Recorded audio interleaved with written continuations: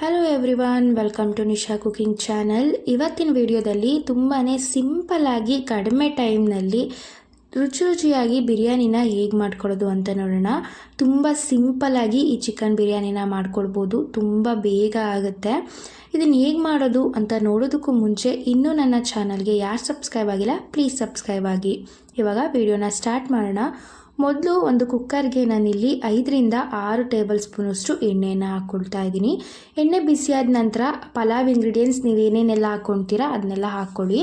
ನಂತರ ನಾನಿಲ್ಲಿ ಒಂದು ಮೀಡಿಯಮ್ ಸೈಜ್ ಈರುಳ್ಳಿನ ಈ ರೀತಿ ಕಟ್ ಮಾಡಿಕೊಂಡು ಫ್ರೈ ಮಾಡ್ಕೊಳ್ತಾ ಇದ್ದೀನಿ. ಈರುಳ್ಳಿ ಸ್ವಲ್ಪ ಚೆನ್ನಾಗಿ ಫ್ರೈ ಆಗಬೇಕು.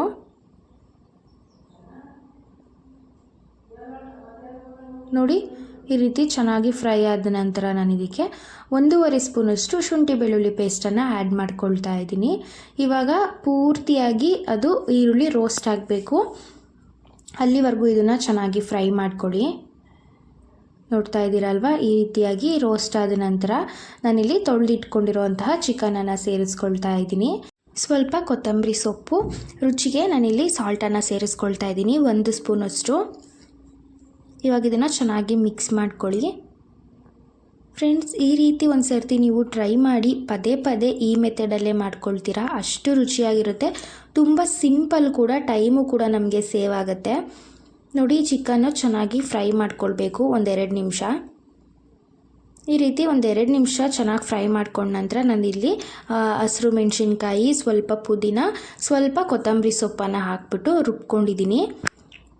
ಆ ಪೇಸ್ಟನ್ನು ನಾನಿಲ್ಲಿ ಚಿಕನ್ಗೆ ಸೇರಿಸ್ಕೊಂಡು ಇದನ್ನು ಚೆನ್ನಾಗಿ ಮಿಕ್ಸ್ ಮಾಡ್ಕೊಳ್ತಾ ಇದ್ದೀನಿ. ನಾವು ಚಿಕನನ್ನು ಮ್ಯಾರಿನೇಟ್ ಮಾಡೋದು ಬೇಡ, ಈ ರೀತಿ ಮಾಡೋದ್ರಿಂದ ತುಂಬಾ ಚೆನ್ನಾಗಿ ಬರುತ್ತೆ ಬಿರಿಯಾನಿ. ಅದಕ್ಕೋಸ್ಕರ ಬ್ಯಾಚುಲರ್ಸ್ಗಳು ಕೂಡ ಇದೇ ರೀತಿಯಾಗಿ ಮಾಡ್ಕೊಳ್ಬೋದು, ತುಂಬಾ ಈಸಿಯಾಗಿರುತ್ತೆ. ಇವಾಗ ಒಂದು ಲಿಡ್ನ ಮುಚ್ಚಿಬಿಟ್ಟು 1-2 ನಿಮಿಷ ಇದನ್ನು ನಾವು ಚಿಕನ್ ಫ್ರೈ ಮಾಡ್ಕೊಳ್ಬೇಕಾಗತ್ತೆ. ಈ ರೀತಿ ಮಾಡೋದ್ರಿಂದ ಉಪ್ಪು ಖಾರ ಎಲ್ಲ ಚಿಕನ್ಗೆ ಚೆನ್ನಾಗಿ ಇಟ್ಕೊಳ್ಳುತ್ತೆ, ಅದಕ್ಕೋಸ್ಕರ. ನಂತರ ಇವಾಗ ನಾನು 1.5 ಕಪ್ನಷ್ಟು ಅಕ್ಕಿಯನ್ನು ಸೇರಿಸ್ಕೊಳ್ತಾ ಇದ್ದೀನಿ. ನಾನಿಲ್ಲಿ ಅಕ್ಕಿನೂ ಕೂಡ ನೆನೆಸಿಟ್ಟಿಲ್ಲ, ಡೈರೆಕ್ಟಾಗಿ ವಾಶ್ ಮಾಡಿ ಹಾಕ್ಕೊಳ್ತಾ ಇದ್ದೀನಿ. ಇದನ್ನು ನೀವು ತಿಂಡಿ ಟೈಮ್ಗೂ ಕೂಡ ಮಾಡ್ಕೊಳ್ಬೋದು.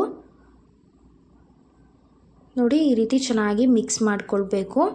ನಂತರ 1.5 ಕಪ್ ನೀರಿಗೆ, ಅಕ್ಕಿಗೆ ನಾನು 3 ಕಪ್ನಷ್ಟು ನೀರನ್ನು ಸೇರಿಸ್ಕೊಳ್ತಾ ಇದ್ದೀನಿ. ಇವಾಗ ಇದನ್ನು ಈ ರೀತಿಯಾಗಿ ಮಿಕ್ಸ್ ಮಾಡಿಕೊಂಡು ರುಚಿ ನೋಡಿಬಿಟ್ಟು ಅದಕ್ಕೆ ಸಾಲ್ಟನ್ನು ಸೇರಿಸ್ಕೊಳ್ಬೇಕಾಗತ್ತೆ. ನಾವು ಮೊದಲೇ ಸಾಲ್ಟ್ ಹಾಕಿರೋದ್ರಿಂದ ನೋಡಿಬಿಟ್ಟು ಹಾಕ್ಕೊಳ್ಬೇಕು. ಇವಾಗ ಇದನ್ನು ಮತ್ತೆ ಚೆನ್ನಾಗಿ ಮಿಕ್ಸ್ ಮಾಡಿಕೊಂಡು ಈಗ ಒಂದು ಲಿಡ್ನ ಮುಚ್ಚಿಬಿಟ್ಟು ಇದನ್ನು ಕುದಿಯೋದಕ್ಕೆ ಬಿಡಬೇಕಾಗತ್ತೆ. ನೋಡಿ, ಈ ರೀತಿ ಕುದಿಯೋದಕ್ಕೆ ಸ್ಟಾರ್ಟ್ ಆದಮೇಲೆ ಅರ್ಧ ಭಾಗದಷ್ಟು ನಿಂಬೆ ರಸನ ಹಾಕ್ಕೊಳ್ಬೇಕು. ಮೊಸರು ಕೂಡ ಹಾಕ್ಕೊಳ್ಬೋದು. ನಾನಿಲ್ಲಿ ಬರೀ ಲೆಮನ್ ಜ್ಯೂಸನ್ನು ಮಾತ್ರ ಹಾಕ್ಕೊಳ್ತಾ ಇದ್ದೀನಿ.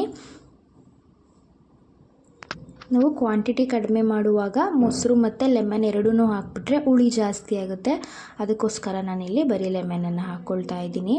ಇವಾಗ ಕುಕ್ಕರ್ ಲಿಡ್ನ ಕ್ಲೋಸ್ ಮಾಡಿಬಿಟ್ಟು ನಾನಿಲ್ಲಿ 1 ವಿಷಲನ್ನು ಹಾಕಿಸ್ಕೊಳ್ತೀನಿ.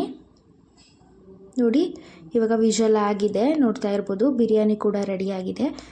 ರೈಸ್ ಅಂತೂ ತುಂಬಾ ಉದ್ದುದ್ರಾಗಿ ಬಂದಿದೆ, ನೋಡ್ತಾ ಇರ್ಬೋದು. ಫ್ರೆಂಡ್ಸ್, ಈ ರೀತಿ ಒಂದು ಸರ್ತಿ ಟ್ರೈ ಮಾಡಿ, ತುಂಬಾ ರುಚಿಯಾಗಿರುತ್ತೆ. ಈ ರೀತಿ ಒಂದು ಸರ್ತಿ ಮಾಡಿದ್ರೆ ನೀವು ಇದೇ ಮೆಥಡಲ್ಲಿ ಮಾಡ್ಕೊಳ್ತೀರಾ, ಅಷ್ಟು ರುಚಿಯಾಗಿರುತ್ತೆ. ಫ್ರೆಂಡ್ಸ್, ಈ ವಿಡಿಯೋ ಇಷ್ಟ ಆಗಿದರೆ, ಈ ರೆಸಿಪಿ ಇಷ್ಟ ಆಗಿದರೆ ಈಗಲೇ ಈ ವಿಡಿಯೋನ ನಿಮ್ಮ ಫ್ಯಾಮಿಲಿ, ಫ್ರೆಂಡ್ಸ್ ಎಲ್ರಿಗೂ ಕೂಡ ಶೇರ್ ಮಾಡಿ. ಮರೀದೆ ನನ್ನ ಚಾನಲ್ಗೆ ಸಬ್ಸ್ಕ್ರೈಬ್ ಆಗಿ. Thank you so much for watching.